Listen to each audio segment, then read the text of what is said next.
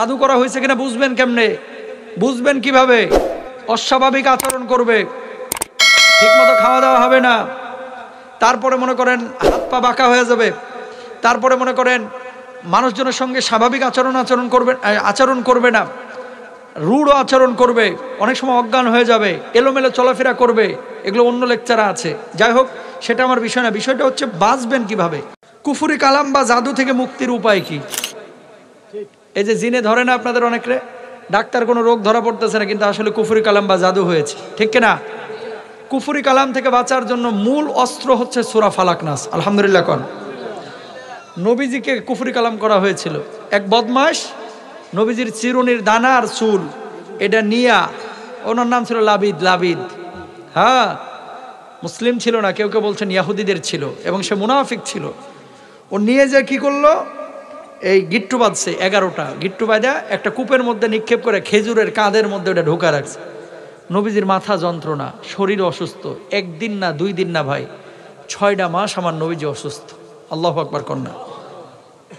নবীজি আল্লাহর কাছে দোয়া করেছেন, জিবরিল আমিনের মাধ্যমে নবীজিকে বলা হয়েছে, আর স্বপ্নেও দেখানো হয়েছে যে আপনি যে অসুস্থ, আপনাকে এরকম কিছু করা হয়েছে। আলী রাদিয়াল্লাহু তাআলা আনহুকে নবীজি ডাকলেন, ডাকার পরে বললেন, যাও তো অমুক কূপের মধ্যে নাকি কিছু একটা আছে।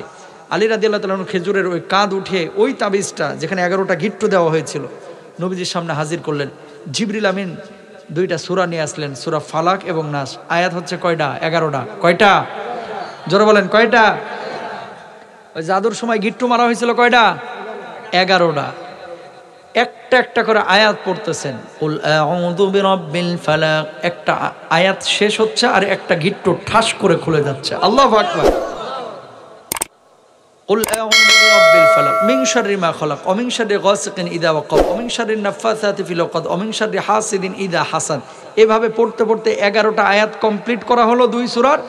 ঠাস ঠাস করে 11টা আয়াত পড়ার সাথে সাথে 11টা গিট্টু খুলে গেল, আমার আপনার পেয়ারা নবী সুস্থ হয়ে গেল।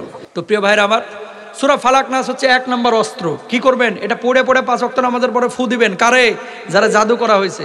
জাদু করা হয়েছে কিনা বুঝবেন কেমনে? বুঝবেন কিভাবে?